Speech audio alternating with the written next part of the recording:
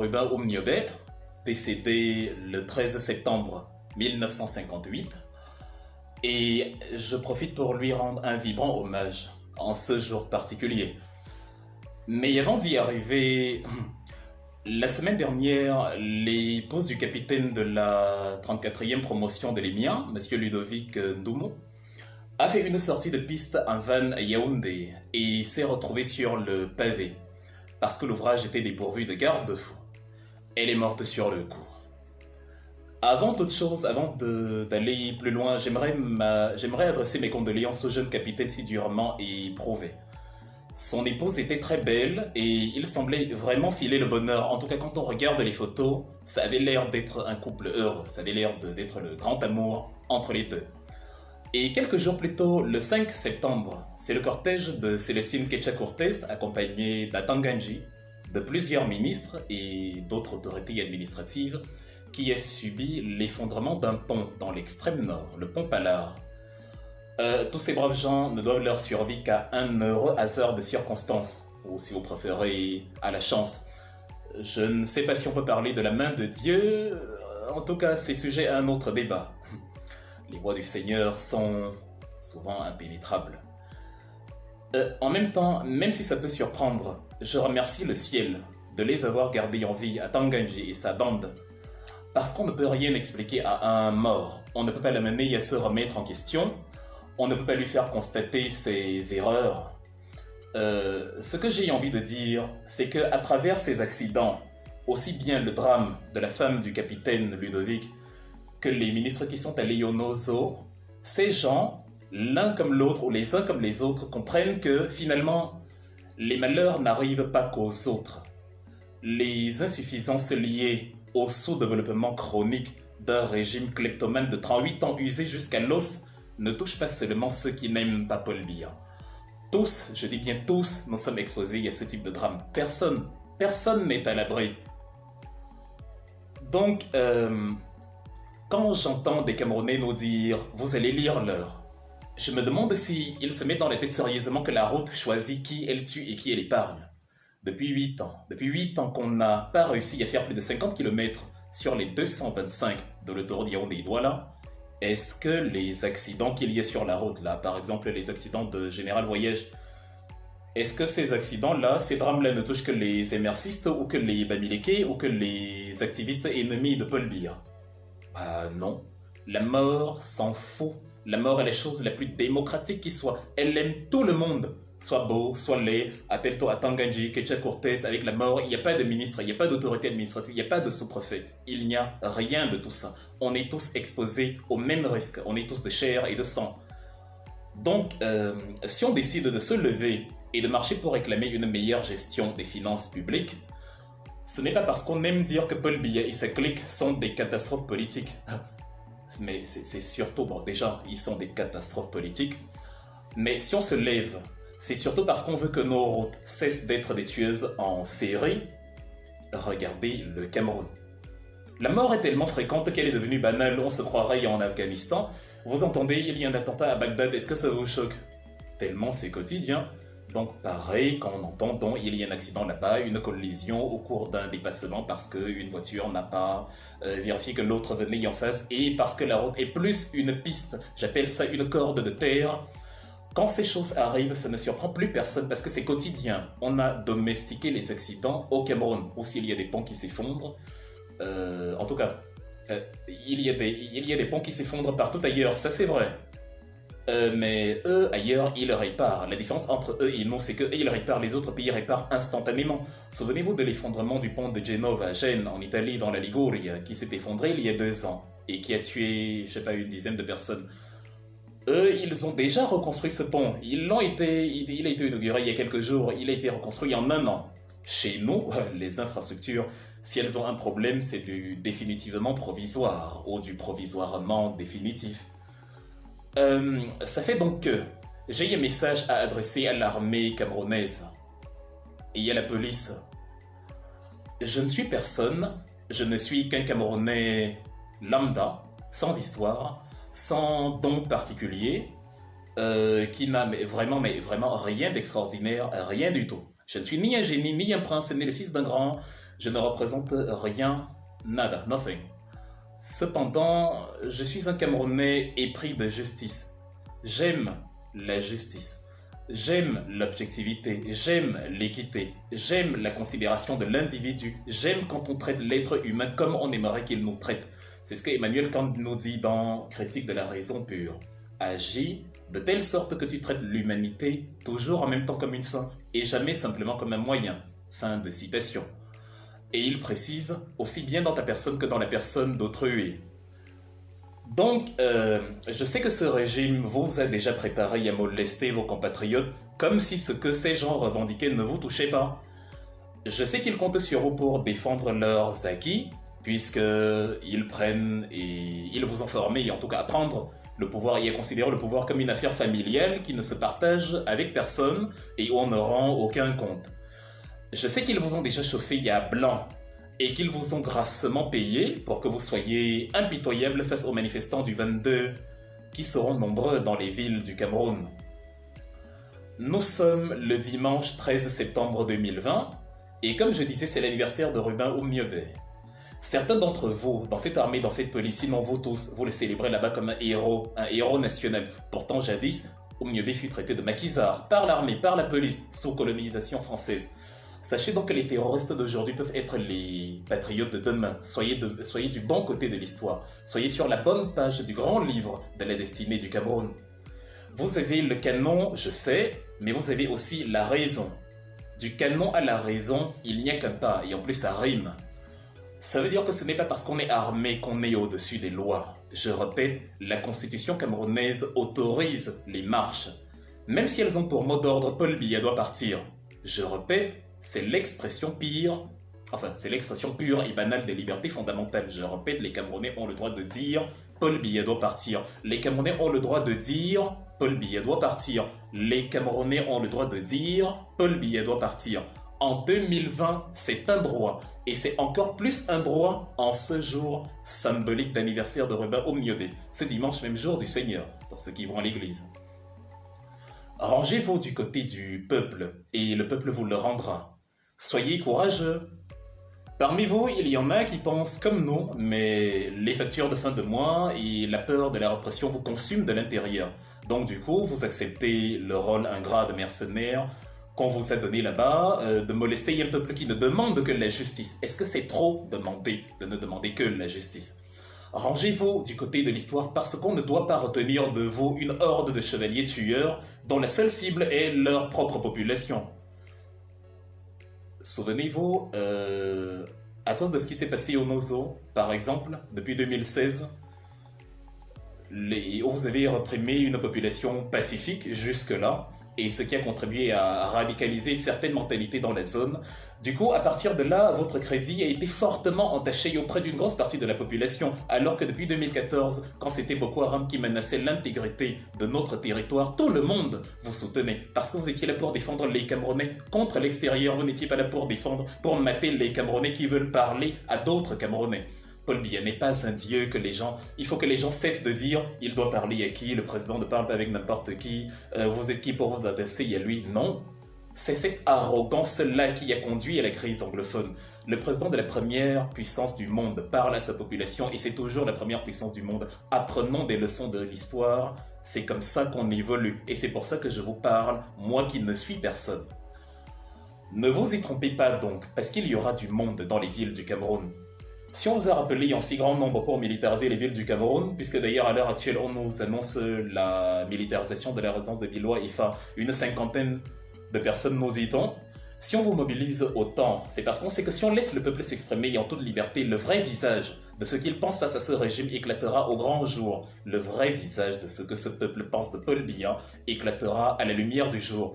On ne parle pas de quelques illuminés qui s'agitent sur la toile ou ailleurs, et qui profitent du système et sont prêts à tout pour le conserver. Et certains sont justement parmi vos chefs dans le corps de l'armée, et c'est eux qui vous donnent des ordres, et c'est eux qui vous obligent à mater une population qui veut en fait la même chose que vous.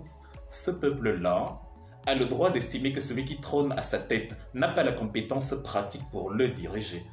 Il a le droit de penser qu'une photo qu'on diffuse toutes les 3 ou 4 semaines, ou que des communiqués de décret qui virevoltent ça et là ne sont en aucun cas une façon de gouverner. Bien au contraire, c'est de l'infantilisation. C'est un manque de respect total envers la nation. Je veux bien que la moyenne d'âge du Cameroun soit de 17 ans, mais qu'on ne nous prenne pas, en tout cas qu'on ne prenne pas ces Camerounais là pour des animaux. Parce que les mineurs d'aujourd'hui seront les bâtisseurs, les constructeurs du Cameroun de demain. Et il ne faut pas qu'il soit éduqué à des valeurs autres que les valeurs du respect de son vis-à-vis, qu'on soit président ou pas. Les vraies valeurs qu'on doit inculquer à un peuple, ce sont les valeurs de subordination de l'exécutif à l'expression populaire. C'est le peuple qui gouverne l'exécutif et non l'inverse. Donc quand on infantilise un peuple, c'est un mépris total. Pour vous, c'est du patriotisme, mais c'est un mépris patriotique. C'est un mépris républicain, mais un mépris quand même. Que le viol soit collectif, que le viol soit politique, que le viol soit républicain, que le viol soit individuel, ça reste du viol, en ayant plein dedans. Pensez donc une fois encore, comme j'ai dit tout à l'heure, que ceux qui vont aller marcher dans la rue, ceux qui vont aller marcher pour le départ de ce régime qui vous tient vous-même en otage, cela le font pour que vous aussi, vous n'ayez pas à perdre votre proche ou votre femme dans un accident sous prétexte que l'échangeur n'avait pas de garde-fou. Je ne peux que me répéter, personne n'est à l'abri des conséquences de l'infrastructure nationale absente. Personne n'est à l'abri et surtout pas vous, vous qui voyagez ça et là à travers le pays pour défendre les frontières. Vous avez le droit de vivre mieux, nous avons le droit de vivre mieux, nous, vous aussi. La République, c'est toi, c'est moi. La République, ce n'est pas Paul Biya et un cortège de ministres arrogants en cravate. Donc, chers soldats, chers militaires, chère police, surprenez-nous, marquez un grand coup, écrivez l'histoire. Déposez les canons et laissez le peuple vous dire ce qu'il pense de ces gens-là qui vous donnent des ordres. Essayez, tentez l'expérience, essayez et on verra. Le 22 septembre donc, parce qu'on est le 13, le 22 septembre va débuter au Cameroun cette page-là qui ne se refermera qu'avec l'abdication de Paul Biya, qui s'est révélé incapable de satisfaire aux aspirations de son peuple et qui s'est obstiné, qui s'est entêté à organiser des régionales comme un autiste politique dans une région où lui-même est incapable d'aller et dans une région où ceux qui disent qu'il y aura, sauf que les régionales, n'iront pas voter et où ne peuvent pas se présenter là-bas parce que la zone là-bas est impraticable, elle est invivable, c'est un mouroir vivant. Permettez l'oxymore. Le 22 septembre va donc débuter cette page-là, qui va se refermer, quel que soit le temps que ça prend avec son départ, son abdication, tout ce que vous voulez, car tout a une fin, même Paul Biya, et le temps est venu pour lui de comprendre cela. Parce que la boulimie du pouvoir fait croire, enfin ça crée des relents de mégalomanie, au point où on se croit immortel. Rappelons que juste à côté, on aime déjà un maréchal, chez le voisin là. Peut-être que bientôt au Cameroun, on aura l'impérator, le Marcus Crassus, Jules César, ou le tsar au Cameroun, Nicolas Romanov. Donc c'est ce que j'avais à vous dire, chers policiers, chers militaires. Vous qu'on va engager pour tuer des gens qui ont des enfants, des mères, des frères, des sœurs, comme vous. Des gens qu'on va engager pour molester, pour brimer. Des gens dans une foule où il y a peut-être vos cousins, vos amis. Tout ça parce qu'une personne et sa petite clique veut garder le pouvoir à tout prix. Parce qu'une personne a cru qu'on est dans le gaullisme camerounais et a dit « l'État c'est moi ». Maintenant, je vais m'adresser à toi, mon cher frère camerounais, toi le civil, toi comme moi, toi qui me dis « tu vas lire l'heure alors que tu n'as pas mangé depuis 8 jours ». Toi qui me dis « vous allez voir, c'est bien fait pour toi », alors que tu vis dans une pièce où vous êtes 15, une pièce qui fait 8 mètres carrés. Toi qui me dis « ça va t'apprendre », toi qui me dis on va te faire la peau », comme si Ngongo et sa bande t'ont invité à partager avec eux les 3000 milliards qu'ils ont volés pour la canne. C'est incroyable, je m'adresse à toi maintenant, alors parlons de toi, de moi. Fais une pause, prends un temps d'arrêt et réfléchis. Si tu es capable de te réjouir, d'apprendre qu'on a arrêté un de tes concitoyens et qu'on est en train de le torturer actuellement parce qu'il a insulté Paul Biya de malfrat, mais que tu estimes en même temps qu'il est normal qu'un sous-préfet assassine une femme enceinte, ou que des soldats violent des étudiants, et les roulent dans la boue, eux soient en liberté, c'est que tu es un animal, cher compatriote. Aujourd'hui, Paul Biya ne va plus en Suisse. Les séjours ont été chiffrés par l'OCCIRP à 182 millions de dollars. On y a plus de 100 milliards de francs CFA. Dans un pays pauvre, où les échangeurs s'effondrent parce qu'il n'y a pas de garde-fou. Comme je l'ai rappelé au début là. Et comme justement, du coup, de manière bestiale, les gens perdent la vie alors que ça aurait pu être évité comme des animaux. Les gens sont déchiquetés en faisant une chute de plusieurs mètres parce qu'il n'y avait pas de protection. C'est ça, être un malfrat. Est-ce qu'il y a vraiment un autre mot approprié? Un prévaricateur de la fortune publique, qui n'investit pas dans les projets infrastructurels, ce qui cause la mort à des gens, à ses propres concitoyens, et qui dilapide 100 milliards de francs CFA dans une chambre d'hôtel, est un malfrat. Mais si tu estimes que dire cela, c'est mériter la torture d'une police qui est devenue milice, parce que les chefs de cette police ont vendu la dignité humaine sur l'autel de l'argent et du tribalisme institutionnel et institutionnalisé, si tu estimes que dans le même temps, des gens qui ont incarcéré Wilfred Siaoui juste parce qu'il avait le livre L'urgence de la pensée dans ses affaires, eux ils méritent la liberté, alors sache que c'est ça, être un animal. J'insiste, je signe, je persiste. Parce que être un animal, c'est perdre ce qui nous distingue des animaux, ce qui nous distingue des bêtes brutes, le logos, la raison humaine. C'est-à-dire ce qui nous distingue des taupes, des chiens, des chats, c'est le logos, la raison, le discernement, la logique. Si toi tu arrives à trouver la logique dans tout ça, dans cette approche-là, tu as donc le droit d'estimer qu'on t'insulte en disant que tu es un animal, ou pire, un monstre. Exactement le même type de monstre qui, dans la Bible, demandait qu'on crucifie Jésus, qui ne leur avait rien fait, et qu'on libère Barabbas, le bandit des grands chemins connus et reconnus que eux-mêmes n'auraient jamais accepté fréquenter, avec qui n'auraient jamais accepté vivre dans la même pièce. Donc, nous sommes donc aujourd'hui le 13 septembre 2020, jour de l'assassinat de Ruben Oumniobé. On l'a traîné dans la boue pour le défigurer jusqu'à mutiler son cadavre avant de l'enterrer dans un trou, dans une fosse irrécupérable, tout ça pour qu'on ne célèbre pas sa mémoire. Et aujourd'hui, comme vous avez déjà oublié votre histoire, vous êtes prêts à recommencer la même chose, la même barbarie, la même stupidité, alors qu'on voit partout célébrer Oumniobé comme un héros national. Où sont les assassins de Samuel Ouazizi, le jeune journaliste qui est mort en prison comme une souris après 2 ans de détention et dont on a caché le corps et le décès à la famille pendant 1 an, pendant 10 mois. C'est-à-dire que pendant 1 an, la pauvre famille de ce garçon, ses proches continuaient de penser qu'il était en vie. Mon Dieu, quelle cruauté, quelle sauvagerie. Mon Dieu, quel manque d'humanisme, quelle barbarie, mon Dieu. C'est donc pour ça que je les appelle, ces soldats-là. Pas tous, mais en tout cas leurs chefs. Ceux qui les entraînent à se comporter avec tant de violence. Surtout même ceux-là, leurs chefs, là, ceux qui dirigent, ceux qui portent la cravate. C'est pour ça que ceux-là, je les appelle, eux, le gang de malfrats. Et c'est totalement mérité. Si tu arrives à penser que ce n'est pas mérité, après tout ce que je t'expose, félicitations. C'est ça, être un animal. Et donc pour vous, dans vos têtes, cela mérite la liberté. Eux, ils vivent parmi vous, vous les appelez Excellence, Honorable, Monsieur le Préfet, Monsieur le Sous-Préfet, pendant que le pauvre homme, le pauvre Ouazizi a perdu la vie pour avoir fait son travail de journaliste. Est-ce que vous trouvez que votre raisonnement a une quelconque affinité avec ce qu'on appelle la logique humaine? Je me souviens après la manifestation de juin 2019, je crois que c'était le 29 juin 2019 en Suisse, et après l'attaque tout aussi bestiale et sauvage d'un des sbires de Paul Biya contre un journaliste suisse à l'Intercontinental, le ministère des Affaires étrangères avait convoqué l'ambassadeur du Cameroun à Berne pour lui signifier que la Suisse, ce n'est pas le Cameroun, ce n'est pas la brousse, ce n'est pas la forêt, ce n'est pas la savane. En Suisse, les droits sont consignés. La Suisse est la liberté d'expression. Elle est garantie même si elle s'oppose au pouvoir en place. Et c'est l'une des choses qui a précipité Paul Biya hors de la Suisse. Et j'en suis très heureux. Voilà un homme qui a vécu en Suisse, un pays propre, le pays le plus propre que j'ai vu, soigné, avec des manifestations tous les jours pour un oui ou pour un non, avec des groupes industriels comme Nestlé, Omega, Rolex, Holcim, que sais-je encore. Lui, tout ce qu'il a retenu de la Suisse, c'est le train de vie, le haut niveau de vie, et ça ne le dérange pas du tout. Quand il fait le trajet de Simalel à Etoudi et qu'il voit les quartiers là, quand tu pars de l'aéroport, ces quartiers-là qui te donnent l'impression que Yaoundé est une ville qui ressemble aux cheveux d'un fou qui a joué dans la poussière. C'est-à-dire, on dirait un garçon espiègle qui s'est amusé dans un bac à sable. Ça ne le dérange pas, il trouve que c'est très bien. Les antipatriotes sont ceux qui lui disent « on va marcher pour dire Paul Biya doit partir ». Pour nous, c'est la seule conclusion rationnelle qui s'impose, parce qu'on a vu les mêmes pays que lui et on veut la même chose pour nous. Qui peut accepter d'avoir un malfrat comme chef de service? Je ne comprends pas. C'est-à-dire, c'est incompréhensible. En tout cas, je redis encore ceci. Manifester est un droit garanti par la Constitution.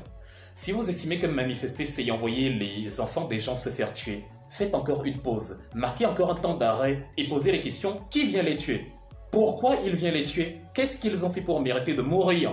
Est-ce que c'est normal qu'en démocratie, la manifestation pacifique revient renvoie à un risque mortel. C'est-à-dire, tu vas marcher parce que tu es allons marcher, allons manifester pour nos droits, et on te dit, je ne veux pas mourir, on n'envoie pas les enfants des autres se faire tuer. Mais justement, la raison de manifester, la raison de se mobiliser, c'est qu'on a créé un pays où l'intimidation est un mode de vie. La menace, la barbarie, la sauvagerie, la brimade est un mode de gouvernance, et manifester devient un crime. C'est hors de question. On est en 2020, on est au 21e siècle. Vous ne pouvez pas accepter que ça continue. Et c'est justement parce que ces manifestations sont réprimées que nous, on a décidé de marcher. La crise anglophone est née dans la même logique de broussailles. Vous revendiquez pacifiquement et on vous tape dessus. Est-ce que vous réalisez la bêtise du scénario?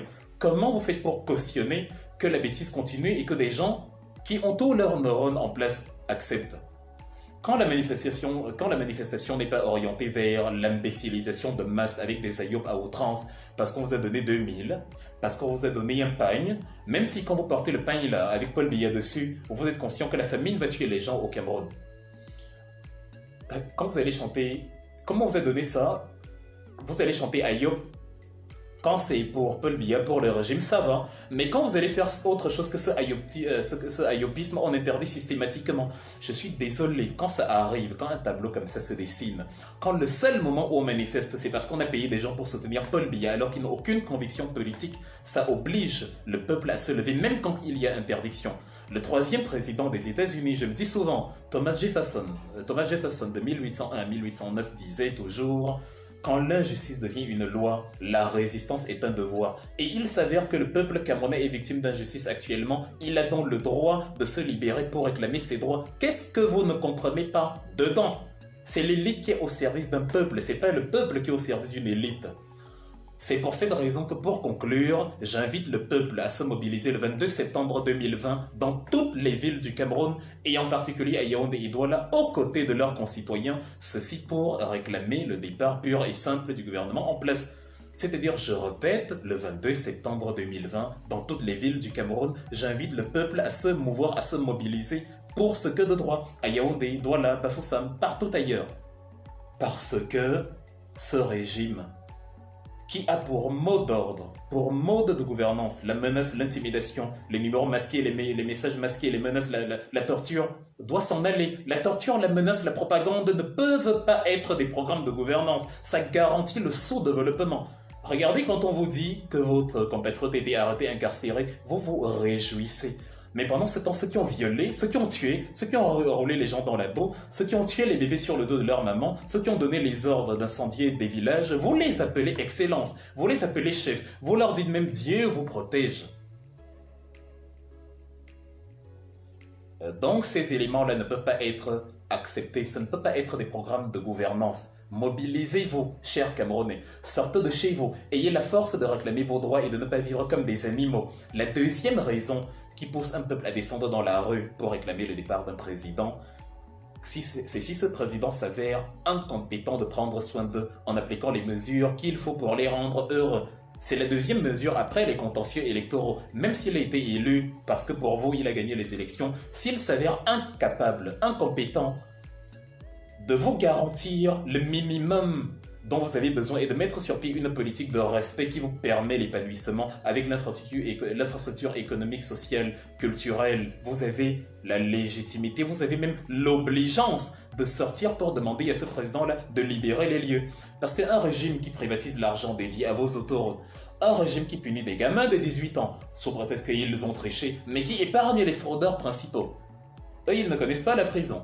Un régime qui abandonne les hôpitaux chez lui, sans électricité, sans scanner, sans matériaux d'opération, sans perfusion, et qui va se faire soigner à l'étranger parce qu'un ministre a mal au doigt.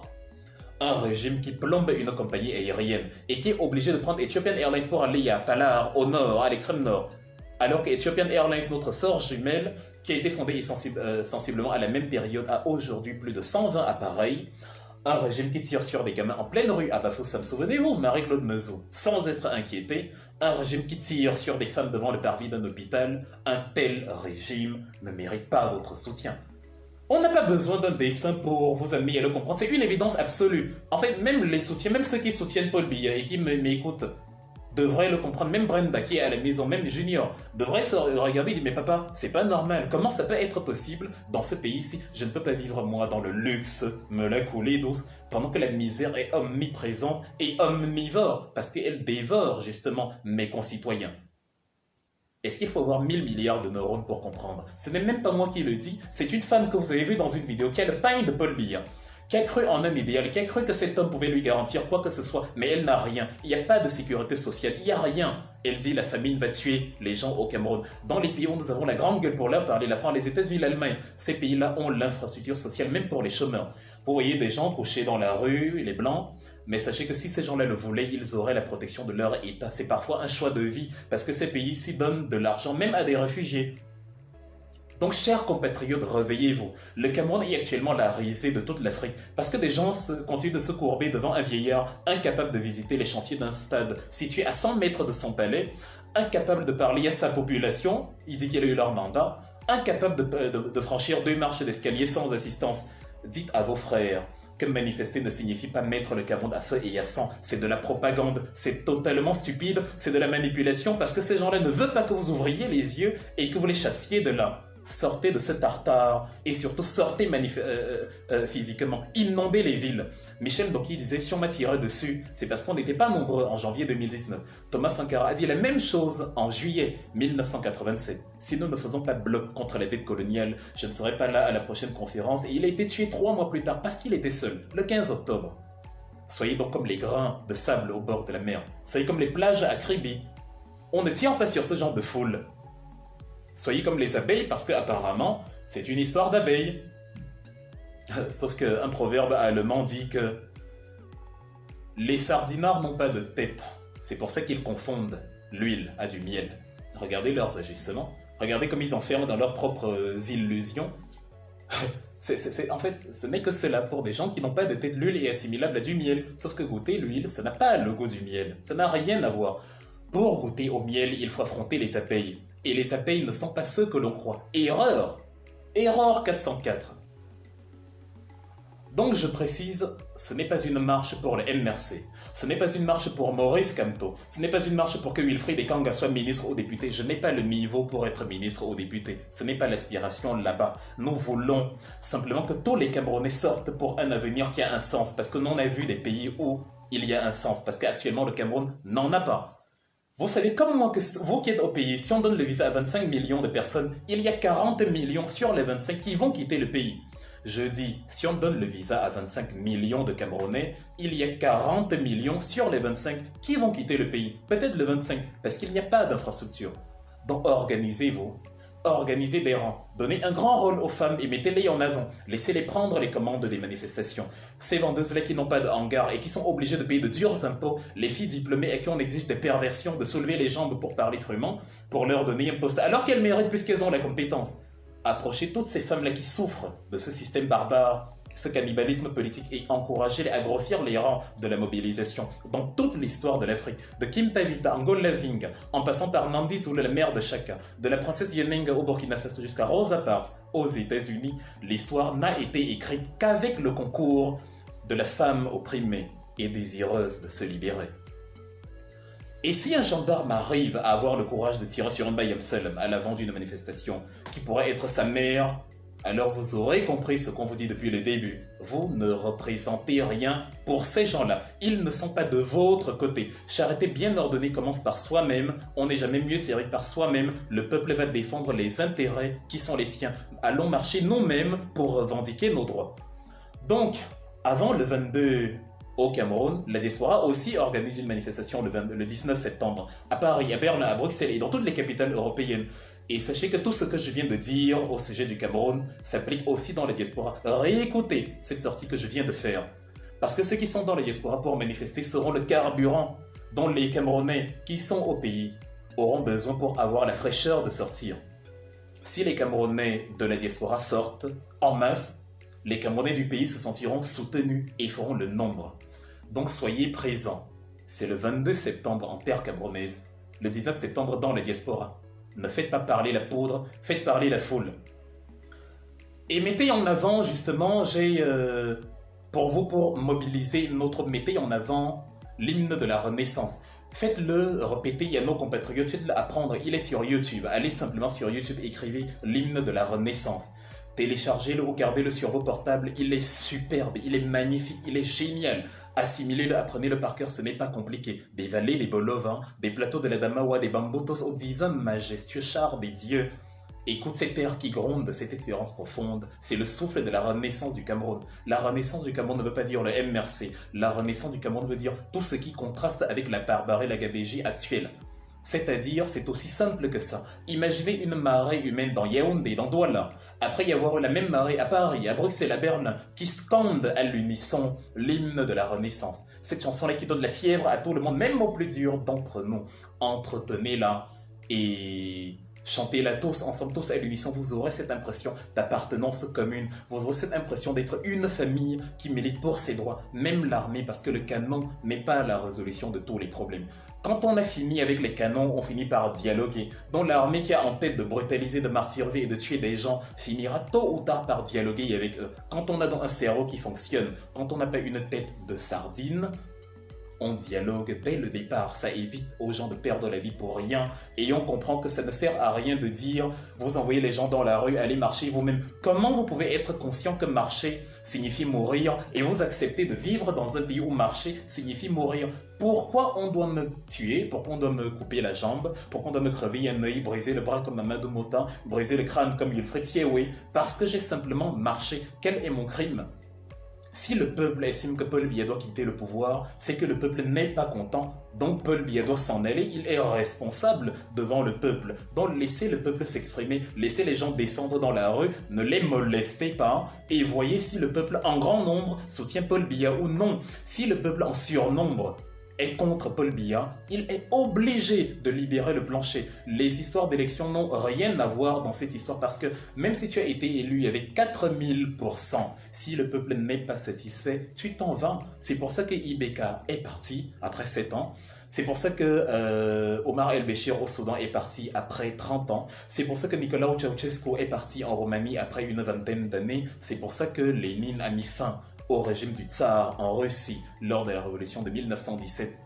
C'est pour ça que Fidel Castro, Camilo Cienfuegos, Che Guevara et consorts ont mis fin à Fulgencio Batista à Cuba en 1959. Quand un peuple en a marre, il a la légitimité, il n'a pas à se justifier auprès de quiconque pour quoi que ce soit. C'est ce que Valsero disait donc. Le peuple a la force du nombre, il peut te donner tort. Je vous réitère dans cette invitation, bravez l'interdiction de l'injustice. On ne peut pas vous interdire de pleurer après vous avoir violé. Ça n'a pas de sens. C'est-à-dire le sous-préfet qui vous signe le décret. Toute manifestation sera interdite. Lui-même, on ne peut pas violer sa femme et on lui dit « Tu n'as pas le droit de te plaindre. Si tu te plains, on va te tuer. » Il va dire, comme à la camerounaise, « Tuez-moi donc !» Donc le peuple camerounais a la solution pour faire chuter ce régime, le nombre, la force du nombre. Ne faites pas parler la poudre parce qu'on n'est pas violent, mais faites parler la foule. Ne vous laissez pas marcher dessus. Défendez-vous, la légitime défense est consacrée. Ne laissez pas qu'on vous piétine quand on n'a pas le droit de vous piétiner. Ne laissez pas qu'on vous interdise quelque chose quand on n'a pas le droit d'interdire. Ne laissez pas qu'on vous torture quand on n'a pas le droit de vous torturer. Faites bloc, défendez-vous vous-même. Quand on parle des abeilles, pourquoi les abeilles sont dangereuses alors qu'on peut écraser facilement une abeille? C'est parce que chacune se bat pour les autres. Et comme elles sont nombreuses, tu es obligé de reculer devant un essaim d'abeilles alors qu'individuellement, tu es plus fort que chacune de ces abeilles. Il en est de même pour les matraques, les chars, les canons des policiers face à une foule innombrable et déterminée. Je vais terminer par là. Pour ceux qui s'intéressent à mon incarcération, avant de vous faire écouter le chant de la Renaissance pour conclure cette petite sortie, je n'ai qu'une phrase à vous donner. Pour ceux qui s'intéressent à mon incarcération, je vous donne rendez-vous dans une centaine d'années.